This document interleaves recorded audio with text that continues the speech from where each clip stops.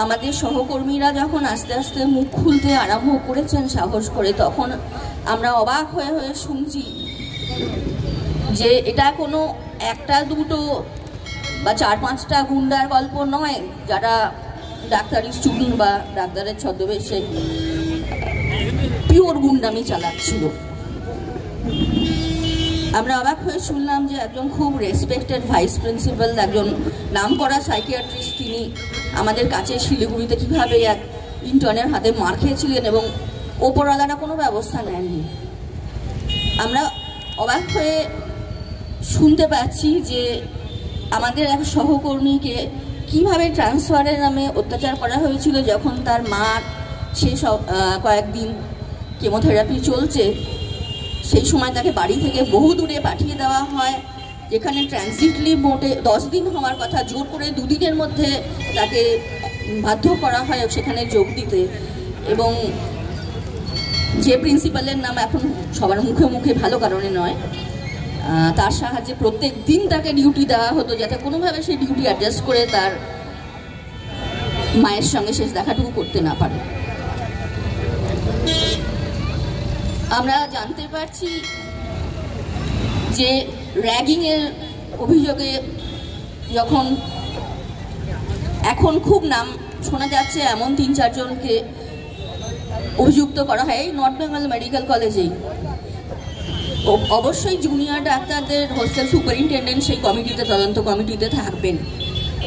যেদিন তাদের নামগুলো শাস্তি ঘোষণা করার কথা, ঠিক সেদিন ভদ্রলোককে হোস্টেল সুপারিনটেন্ডেন্টের পদ থেকে সরিয়ে দেওয়া হলো, কয়েক মাসের মধ্যে ট্রান্সফার করে দেওয়া হলো। স্ত্রী আর 6 মাসের বাচ্চাকে ফেলে রেখে তিনি বহু দূরের এক মেডিকেল কলেজে চলে যেতে বাধ্য হলেন। আস্তে আস্তে এগুলো বেরোচ্ছে। কোনো জায়গায় ডাক্তারের অভাব, সেই রাগটা বয়স্ক ভদ্রলোক ভদ্রমহিলা, তাদের সন্তান নেই, ছুটে এসে ভর্তি হয়েছে, তারপরে তার নেবুলাইজেশন মাস্কের জন্য 500 টাকা লাগবে, সেই ভদ্রমহিলার কান্না আমি এমার্জেন্সিতে দেখেছি, তার কাছে ছিল না। যাই হোক, সেগুলো বিভিন্নভাবে ম্যানেজ হয়ে যায়। কিন্তু এই সব কিছু যে একটা সুতোয় গাঁথা, সেটা জানতাম না। সেটা যত জানতে পারছি তত মনে হচ্ছে যে এই সুতোর একটা দুটো পুঁতিকে অ্যাটাক করে হবে না, অন্য পুঁতি গাঁথা হয়ে যাবে।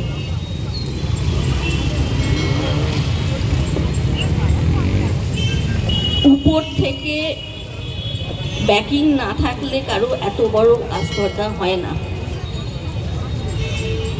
যিনি একজন ডাক্তারের বদলির কাগজে সই করছেন, বা যিনি একটা খারাপ কোয়ালিটির ওষুধ নিয়ে যখন চিকিৎসা করতে গিয়ে ডাক্তাররা কমপ্লেন করছেন যে এতে আমাদের প্রসূতিদের, আমাদের বাচ্চাদের, আমাদের অসহায় গরিব মানুষের যার কোনো অপশন নেই, যে বেসরকারি জায়গায় যেতে পারছে না, যখন তারা গ্লাভসের প্যাকেট খুলে দেখছে যে গ্লাভসটা ভেজা, অবভিয়াসলি ওটা এই প্রথমবার ব্যবহার হচ্ছে না, যখন তারা নতুন কেনা প্যাকেট থেকে সিরিঞ্জ খুলে দেখছে, সিরিঞ্জের মরচে পড়া সূঁচ এবং তাতে রক্ত লেগে আছে, রিসাইকেল করা হয়েছে, এবং তার মানে যার ওপর সেটা ব্যবহার করা হবে তাকে প্রচণ্ড রকম প্রাণের ঝুঁকিতে ফেলা হবে, বিভিন্ন প্রাণঘাতী রোগ তার সেখান থেকে হতে পারে।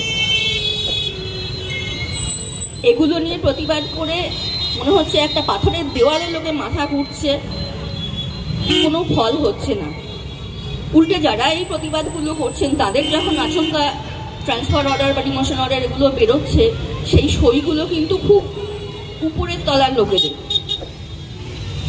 আমরা দেখছি যে যারা এই গুন্ডামিগুলো করছে তাদের সম্বন্ধে কমপ্লেন করেও ফল হচ্ছে না, কেননা তাদের মাথায় কতগুলো হাত আছে, একেবারে 2 হাত দিয়ে তাদেরকে আগলে রাখার জন্য খুব ক্ষমতাশালী। আমাদের